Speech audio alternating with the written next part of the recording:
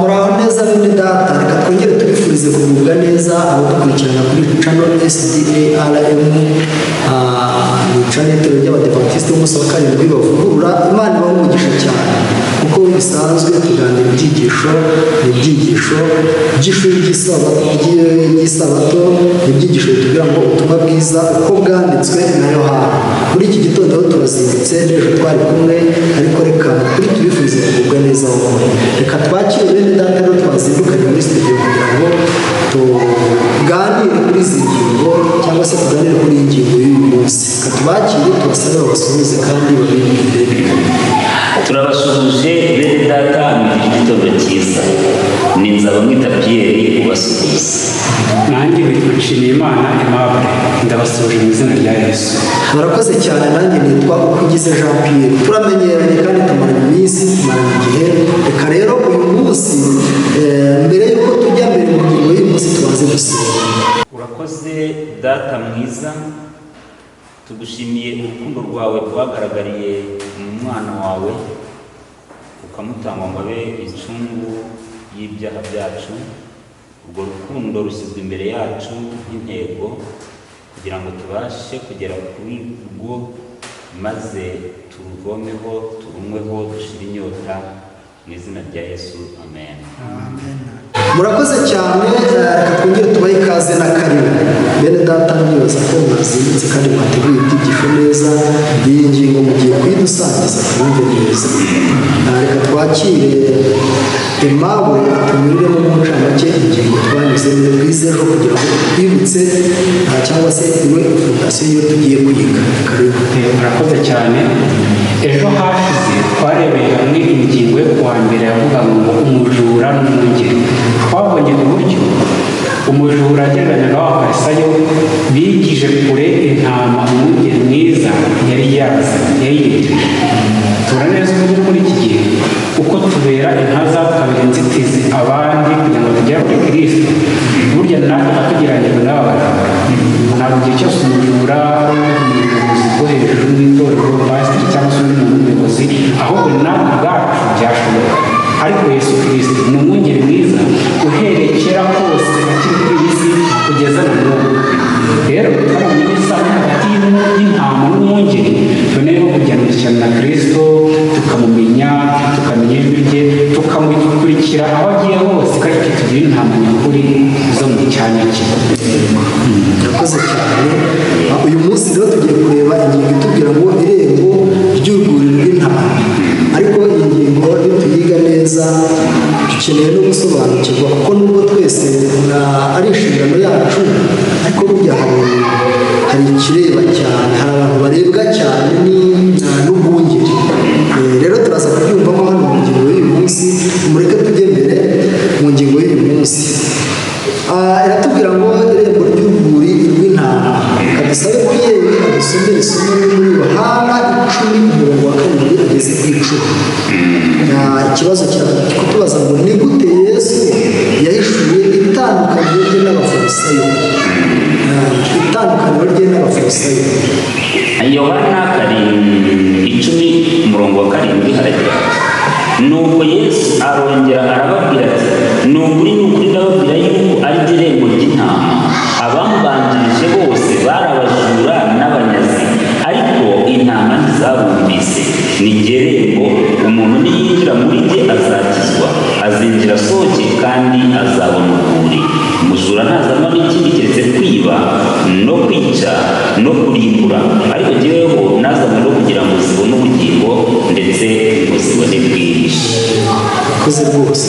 Hano ngira ngo muze kuza gufasha n'abadukurikiye turushaho gusobanukirwa, kuko turi hano kugira ngo dufashe abantu dukurikiye turushaho kumva.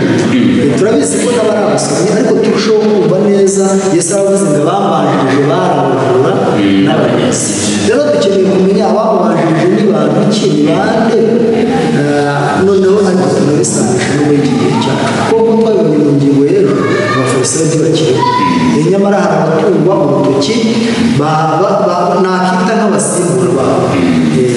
Noneho rero reka dusabe Aimable kugira ngo mbere y'uko akivugaho tunasubiza iki kibazo dusomere ariya magambo ari muri Efeso byose nshamake ipaje 477 ndetse na 478 birimo rwose, ariko cyane n'amatungo tukikurikira kibazo. haranditswe ngo Kristo niwe rembo ryinjira mu gishingi cy'Imana. Muri iri rembo niho abana b'Imana bose binjiriye kuva mu bihe bya kera. Muri Yesu nk'uko byagaragajwe mu bigereranyo n'ibishushanyo, nk'uko byagaragajwe mu ihishurwa ryahawe abahanuzi, bikerekanwa mu byigisho ahawe abigishwa be, no mu bitangaza yakoreye abana b'abantu, babonye intama w'Imana ukora ibyaha by'abari mu isi, kandi binyuze muri we binjizwa mu gikingi cy'ubuntu bwe. Abantu benshi baje bagaragaza ibindi byo gushingiraho kwizera isi ikeneye. Bashyizeho imihango na gahunda z'imikorere, ibyo abantu biringira ko baboneramo gutsindishirizwa n'amahoro biva ku Mana, maze ku bw'ibyo babonye irembo ribinjiza mu gikingi cya Kristo. Nyamara irembo rimwe rukumbi ni Kristo. Abantu bose bagerageje kwinjira mu bukungu banyuze mu zindi nzira, abo bose ni abajura n'abanyasuku. Abafarisayo bari barinjiye banyuze mu irembo, bari baruriye bajya mu mukumbi banyuze mu yindi nzira itari Kristo, kandi ntabwo buzuzaga inshingano z'umwungeri nyakuri. Abatambyi n'abakuru, abanditsi n'abafarisayo bangije inzuri kandi bahumanya amasoko aturukamo amazi y'ubugingo. Amagambo y'ubuhanuzi avuga neza by'abungeri gito. Muri Ezekiyeli 4:4 ngo izacitse intege mwazisindagije, kandi ntabwo mwavuye izari zirwaye, n'izavunitse ntimwazunze, izatataniwe ntimwazigaruriye, kandi ntimwashatse izazimiye, ahubwo mwazitegereje igitugu n'umwaka. Koze rwose. Ndibaza ko ahari Aimable arasomye Pierre kugira ngo wumve ukabategaga amatwi bakumvise. Rero duhurize tubwire iki cyigisho n'iki kitubwira ku bigendanye, ariko cyane cyane ko umwungeri we turi kumwumva Yesu, ariko cyane abahungi abajura n'abanyazi. Abajura n'abanyazi hano muri ibi byigisho batubwiye ko baduha bongeye gusubira ku rugero rw'abafarisayo, ariko ngiye kurikije uko nyumva buriya uhereye kera kose abantu bose bashatse kugira batinjiye muri iri rembo ryaragoye, biswe abajura n'abanyazi. None urabiduhuza ute Pierre? hano baratubwira ko irembo ni Kristo, hanyuma ibindi byose biza biterekana Kristo, ibyo biba bizanywe n'uburyo bw'ubujura no kwiba ibyari bya Kristo. Hano rero abafarisayo nabo bari bafite amategeko n'imihango byatanzwe na Mose, ariko uburyo byasobanuraga, uburyo babisobanuragamo nibyo Satani yinjiriyeho abahindura abajura. Aho kugira ngo basobanure Kristo mu mihango mu gitambo, ahubwo bagashakisha uburyo basobanuramo ibyerekeranye n'igitambo, batesha agaciro Kristo, bituma yaziye batamumenya. Akoze cyane. Aimable nawe reka tumuha akanya. Kandi hano yavuze ngo abajura n'abanyazi ntabwo ari abantu biba gutya kwiba bisanzwe tuzi ko abafarisayo bari abantu beza, ndetse bari n'abayobozi b'itorero bajya kubigisha ibyo gukiranuka, bakigengesera banibombarika ku buryo utashobora kwangirikaho ikibi. Ariko bitewe n'uko bigisha by'inzira y'agakiza mu buryo bunyuranye n'ubwo Kristo yashyizeho, bakagendera ku byanditswe byari bite ku byo abahanuzi bahanuye, bwari bagenderaho, babyurireho, babishingireho inyigisho zabo, ahubwo bakihimbira iyindi migenzo yabo igamije inyungu zabo bwite. Nicyo cyatumye ibyanditswe bibita gutya, kugira ngo byerekane yuko banyuze mu yindi nzira itari yo Kristo yashyizeho. Koze rwose. Reka tujye kuri ingingo yo hepfo, hano turabihuza n'iki cyigisho irembo ry'urwuri rw'intama, ariko tunabihuze no muri iki gihe cyacu. Pierre reka twongere tumusabe adusomere muri Yohana 10:11-13 ku kibazo kibaza ngo ni gute umwungeri nyakuri atandukanye n'umukozi ukorera ibihembo. Umukozi ukorera ibihembo ariko akaba n'umwungeri nyakuri. Nananga kumva bifuza biza kuri rero abantu. Yohana 10:11-13.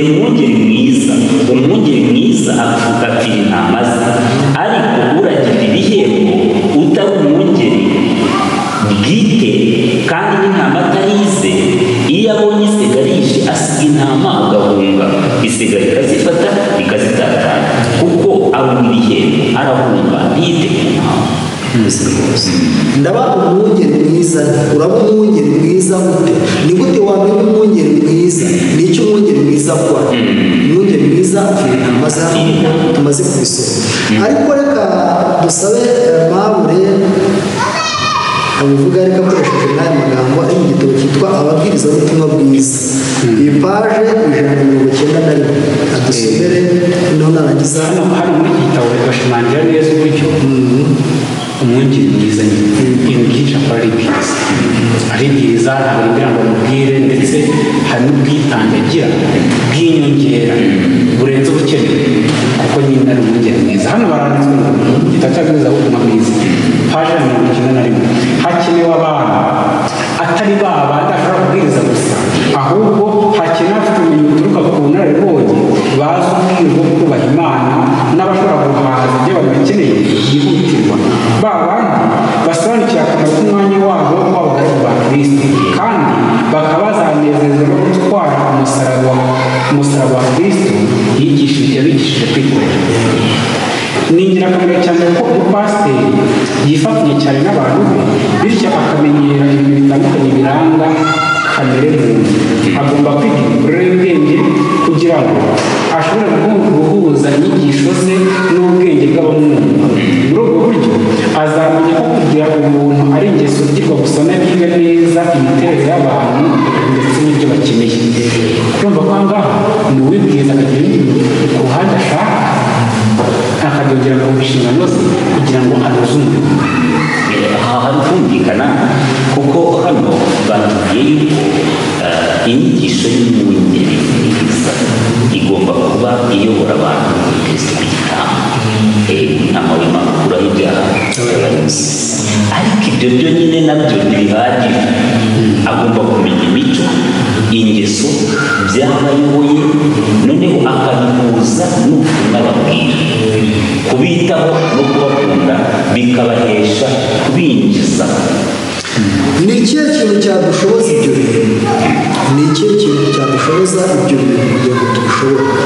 Kubera ko ubushize twabonye abafarisayo igihe twabiganiriyeho ku buriya muntu wabanaga n'ubumuga bwo kutabona ibyo yari yavutse, bagatuma haba ababyeyi. Burya tugize neza twasanze bariya bungeri cyangwa se bariya bafarisayo, amakuru y'uriya muntu usibye kumubona asabiriza, ariko ntacyo yari ababwiye, kuko iyo aza kuba yaragize icyo akora ku mitima yabo yari guhunga bakishima bakabazinezera. Ariko byagaragaye ko ahubwo bagize ikibazo rwose, cyari kuba cyiza no kuba ari gupfa kuruta ko atari guteza isomo. Rero umwungeri mwiza w'ababyeyi bose, ariko uyu munsi n'iki cyadushoboza guhagarara nk'abungeri beza. Niba ushaka kugira intama, niba ushaka kuba umwungeri, n'iki cyadushoboza? Ikintu cya mbere cyadushoboza ni uguhuza umwizera cyangwa se umukristo na Kristo, yego, no kuzamura ireme ry'ubukungu. Icyo kintu kiramutse kitabonetse ntabwo byakora. Kandi reka inshingano ntabwo ari pasiteri, ntabwo ari pasiteri wigisha gusa ngo umupasiteri, ariko inshingano ni iy'abantu wese. Kandi nubwo umushumba cyangwa umwungeri ari umupasiteri cyangwa umugabura, ariko natwe abizera dufite inshingano kuri bagenzi bacu.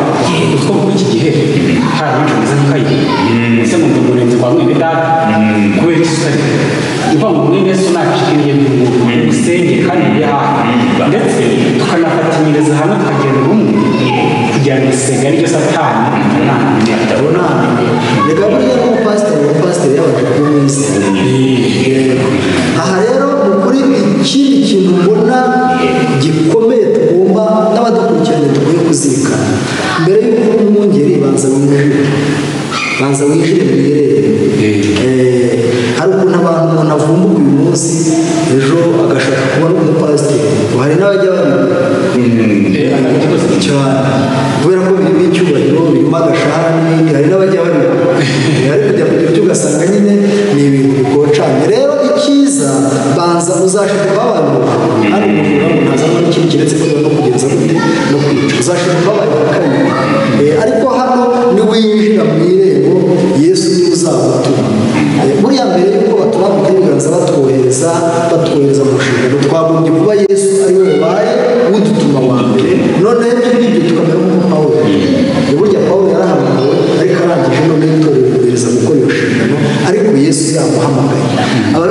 muzayisome mu byakozwe n'intumwa igice cya 13, ayo magambo muzayasangamo uburyo Pawulo yatumwe n'itorero ryo mu Antiyokiya, ariko yatumwe